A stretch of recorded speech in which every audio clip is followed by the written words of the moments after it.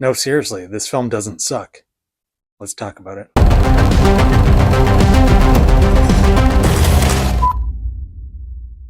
Hey everybody, we're taking a look at Minions and Monsters from 2026. All right, this film follows the Minions, as the title would tell you, and they are on the search for their new big boss to follow, and they happen to make their way to Hollywood, where they get introduced to the movies and decide they want to make their own monster movie. So they are looking to conjure up some monsters to be in their monster movie. And that's pretty much the plot. That's, not too much to it, as you would expect with a Minions movie. But before I get into my thoughts, my son saw the film and had some thoughts of his own. So I will cut it straight to him. Hi. Um, Apparently I'm just doing this for Illumination movies now. So, I'm just gonna get this out of the way. That is, in my memory, the best Minions movie. Now, I remember literally nothing about the first two Despicable Me movies, so those two could be better, but, this is the best recent one. Um, I only really have, two issues with it, and that's, um, first, the pacing is just weird. Like, Act 1 takes up about half of the movie, and the other two acts are only 25 minutes each, which is just eh. And second,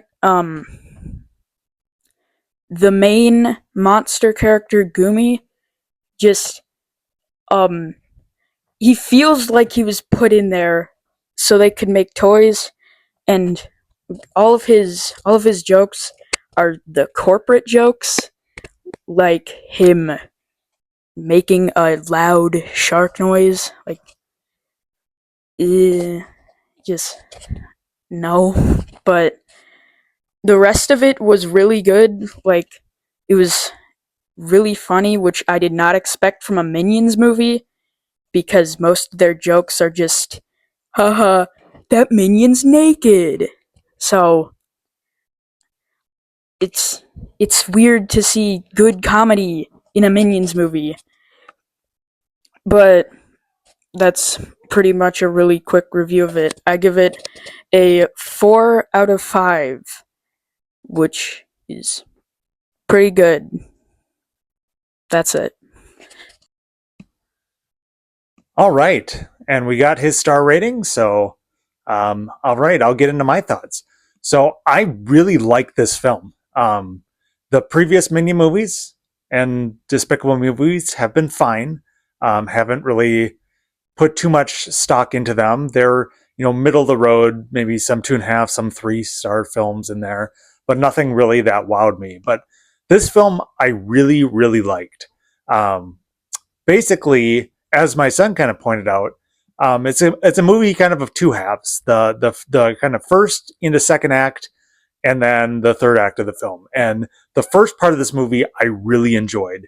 It really harkens on the beginnings of Hollywood, pretty much through the sound age of Hollywood. And I loved all the references and I loved all the callbacks to classic Hollywood. There's a lot of good gags, probably too many for me to fully recognize, but they really pull out all the stops to really, show what their version of Hollywood looked like at the time, doing their gags, doing their references, and things like that. And it was a lot of fun for somebody who studied the history of Hollywood and the history of film and things like that. I was able to pick up on quite a bit. So I'd say a lot of people, and especially younger kids who don't know those references, they'll go kind of beyond their head. But those of us who, are older, the parents and things like that, and maybe those who understand the history of Hollywood will get a kick out of all of these visual gags and visual references that they do in this film. So to me, that was a lot of fun. And again, the first half of this film is a lot of fun. Really building and ramping up to them getting to Hollywood and, being a part of the picture industry, as it were. And yeah, I just got, there was a lot of good jokes. It wasn't again a bunch of just stupid, poop and fart jokes and things like that, or just gibberish nonsense. There is some of that because it is a Minions movie, but they do a very good job of making pretty darn good jokes and making it, I think, accessible to all ages. I think this is the first one that really, like, out of the Minions branded films, that really tailor to, I think, the broad spectrum of the audience that will be going to see it.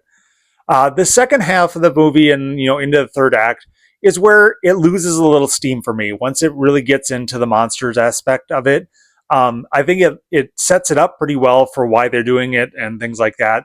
But once you get to that, I think the movie does lose a little bit of thunder and a little bit of steam in regards to kind of what it had been doing, because now it's getting into the the actual kind of plot of what they're trying to get to and things like that. And it wasn't as fun, as engaging. I'll say it was still good. I still enjoyed it. The kind of the main monster was okay. Got a little annoying here and there, but it's voiced by Trey Parker, so I can give it a little bit of grace because I love everything that he does. So, but it that particular monster and the jokes associated with it wasn't necessarily the greatest and the best part of the film. But the film does wrap up, I think, very well, and they do a good job of kind of culminating everything together and having a overall very entertaining film. So I was very surprised by this one. I was coming in with kind of middling expectations. I would totally have expected Toy Story 5 to be the animated film of the summer that I loved, but I think this one may have topped it from overall just enjoyment level of watching the film. This was a very darn good time. So I'm going to give this one a 4 out of 5 stars, similar to my son. Yeah, it's just a good time, especially at the beginning, the first half of the movie.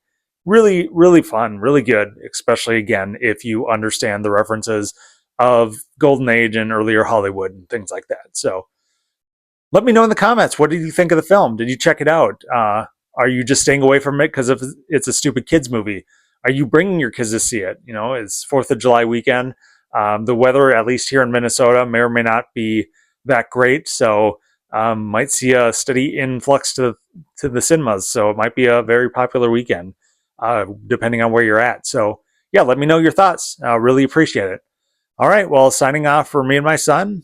Thank you again for watching. And if we don't see you again, bye forever.